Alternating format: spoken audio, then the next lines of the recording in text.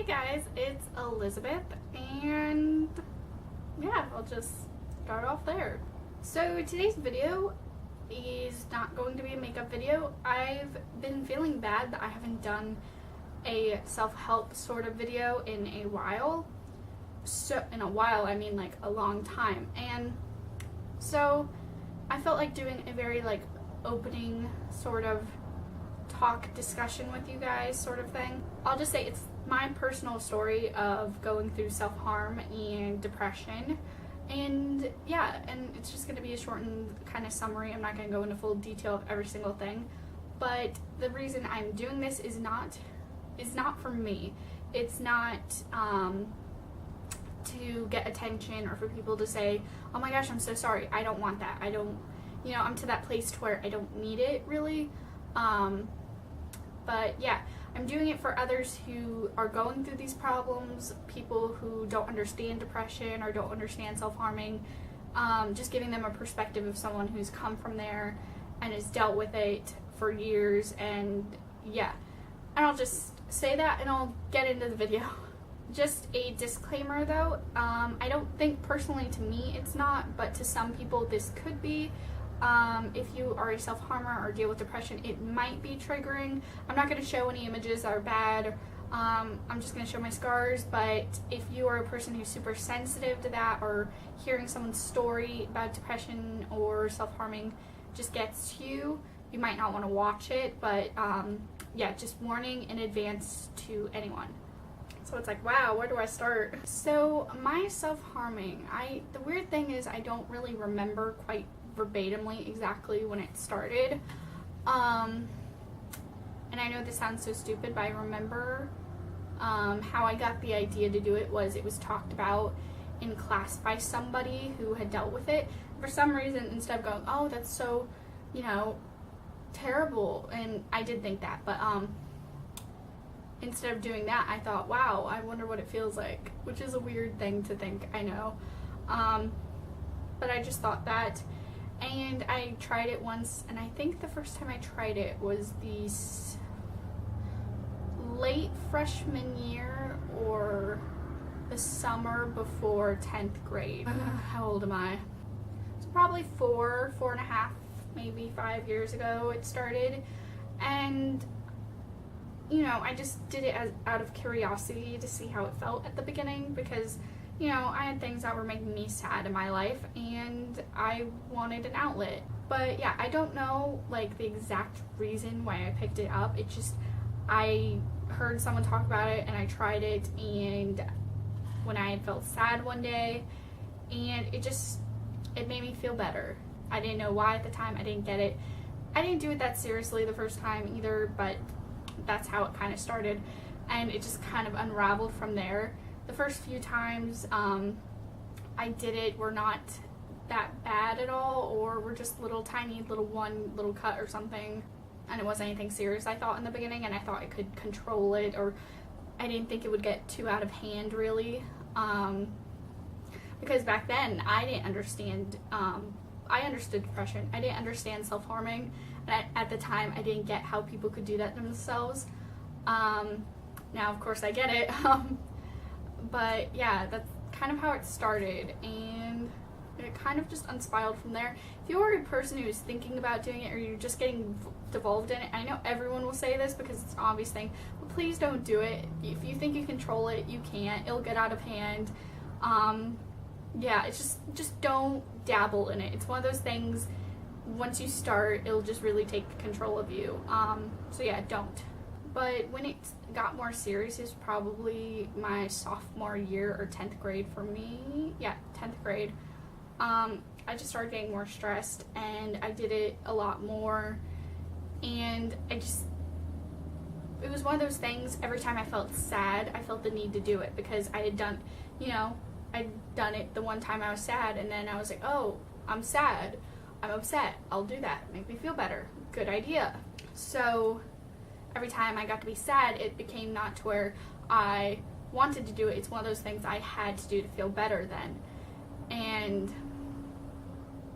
not everyone knows this. Some people do, but if you are hurt, or if you hurt yourself by accident, purpose, whatever, it releases endorphins, convincing your mind that you're happy or that it's making you feel better. So I think that's maybe why one thing it did, because in the beginning it did make me feel a whole lot better, and I was like, wow, this is great, even though it's not. It just spiraled out of control, and it became one of those things that I had to do. I felt that I had to do. I couldn't control it. And then I ended up getting caught, not surprisingly. I would wear a bracelet every day to school, and my mom even at point blank asked me, and I was like, Mom, you know I don't do that, even though I was lying, and it felt really bad to do that. But yeah, I had a bracelet on. It was like a thick bracelet that covered all of my wrist area, and when I got caught, it was because a friend of mine had a note that I wrote to her. It was actually the friend that went through the self-harming. I won't say who, just out of respect for them. Yeah, but it was the friend I heard from freshman year about self-harming, and she had dealt with that, and that's how I got the idea from it. I don't think she ever knew that, but if she's watching this, I feel bad, but that's how I got the idea. But I remember writing a note, and it was just, I don't exactly verbatim know what it said, but I know it was probably scary for someone to have to read that, because it was basically me saying I'm miserable, I'm horrible, this has gotten out of control, I don't know where my life's going, I don't know if I should continue with life, essentially. And I remember her mom got a hold of the note, not because she gave it to her mom, nothing like that. Her mom was kind of very snoopy and went through her room and found it.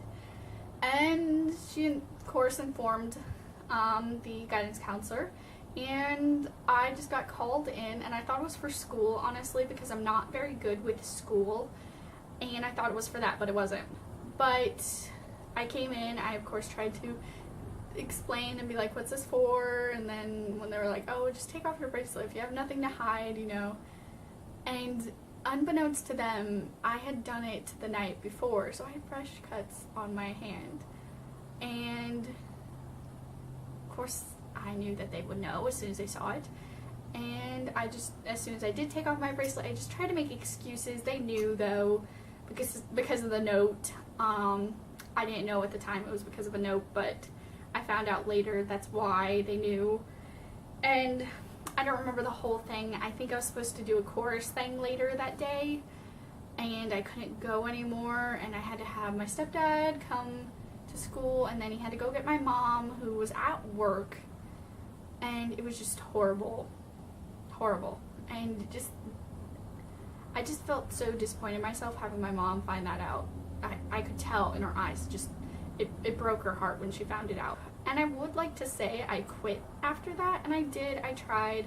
I was forced into therapy with a bad therapist, which, first of all, if you are getting help, that's amazing, that's great.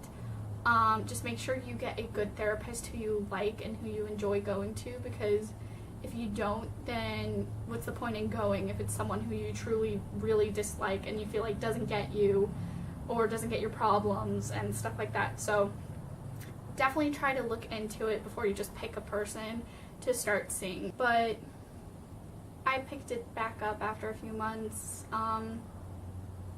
It just was on and off for the longest time. Probably, I think maybe at that point, maybe a year or so, year and a half.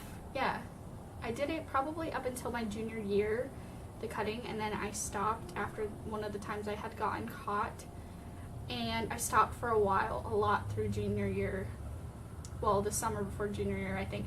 I don't know, I just stopped for a while, I know that, and yeah, it was a lot through junior year, 11th grade, and I was proud of myself, but I just had really bad depression that I hadn't fully dealt with.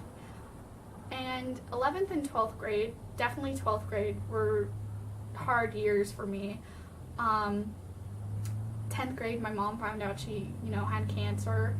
I was trying to work on my relationship with my dad. That didn't work out. 12th grade, I was going through a lot, friendship-wise, who I am-wise, just dealing with who I am.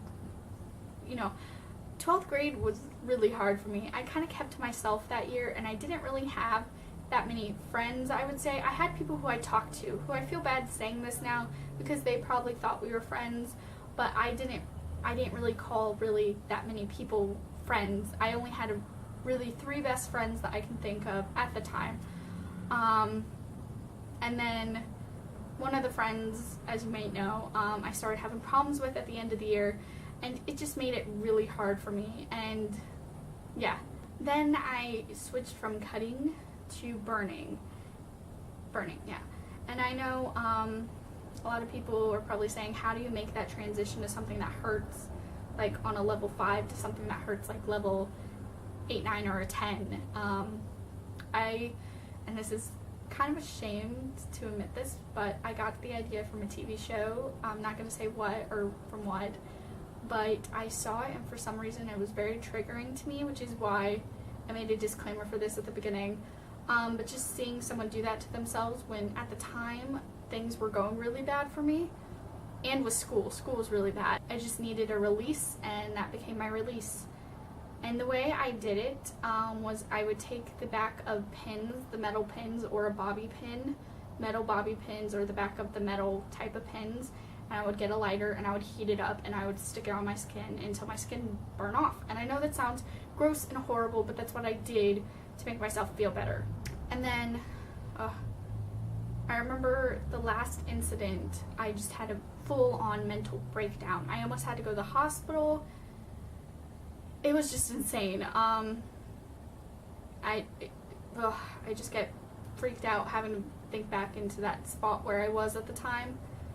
And yeah, and I just started going to therapy a lot more. I started opening up to my mom more, and I started being open with myself. And I was like, you know, this is a problem, you need to work on it. And it's one of those things, I would love to tell you, if you're a self-harmer and you're like, please give me the wisdom on how to quit, you're a person who's gotten through it. I've been clean for more than a year now, and I know some people are like, what's your secret, how'd you do it? I don't have like a way to say, here's the secret, take it. You know, if I could, I would totally give that to you, but with every person it's different. Mine was very mental, and I had to work on myself and like myself and work on my self-esteem a lot before. And I will tell you this, anyone who is a self-harmer, if you don't want to quit, you're not going to quit.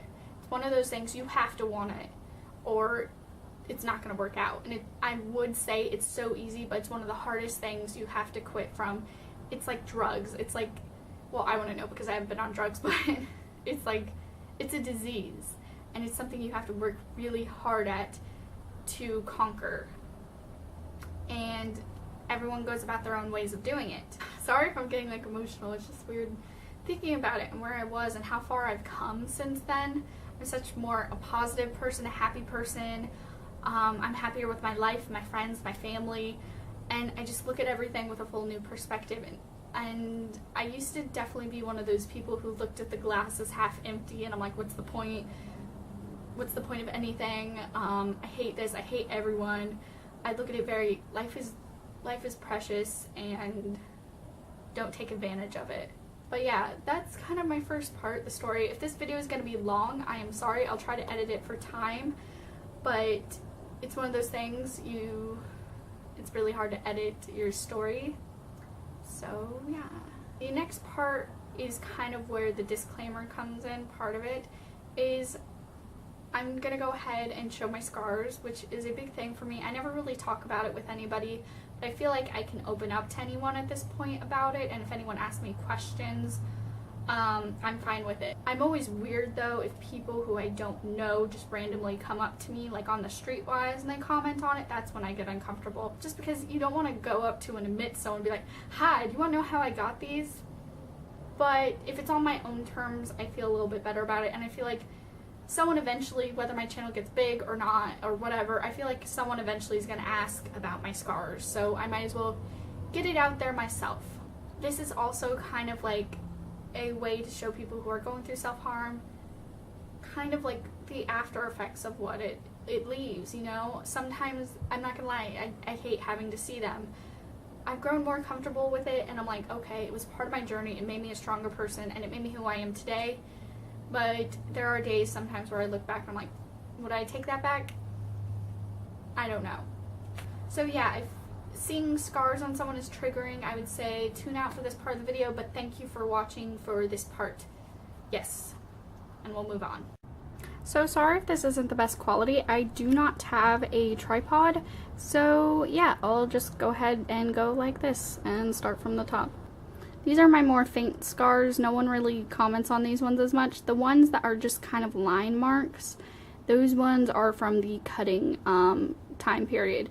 The one that's actually up against my vein that people used to notice all the time before I got the newer burn marks, that is from burning. I do have some that come across. That right there, that big one on top of my thumb though, that is not from self-harming. That I just got more recently from a curling iron, and it finally just healed. But yeah, you can see a few faint scars on like my thumb area. Right about there. And there is a few that come to the top fraction of my hand, a few. But that's because when I had the bracelet, I would do that because I would run out of room on my wrist. Yeah, pretty morbid, huh? And then there is a few, I'm pretty sure you won't be able to pick up the really faint one that's on my forearm. Right there, that was from cutting as well. And I did it one time on my forearm and I got caught, so I stopped doing it like that. And then as you come down to here, that's when I started burning. I started at first at the crook of my arm just because, I know it sounds weird, but just because I liked when I would put my arm together like that, the pain that it would cause me. So yeah, that's one of my not as bad scars though. And then these are the scars that I get asked about the most on a day-to-day basis. Those are my burn marks from the last time that I hurt myself there. And I have some cut marks up at the top as well. That when I would run out of room on my wrist, I would do them up here. Just like I said, I would run out of room down there, so I would put them up here so no one would see because I would wear longer sleeve shirts. But yeah, those are pretty bad burn marks, and they're probably never gonna go away, so kind of sucks, but they're there, and those are the ones that people notice the most, and they always talk about it, but oh well.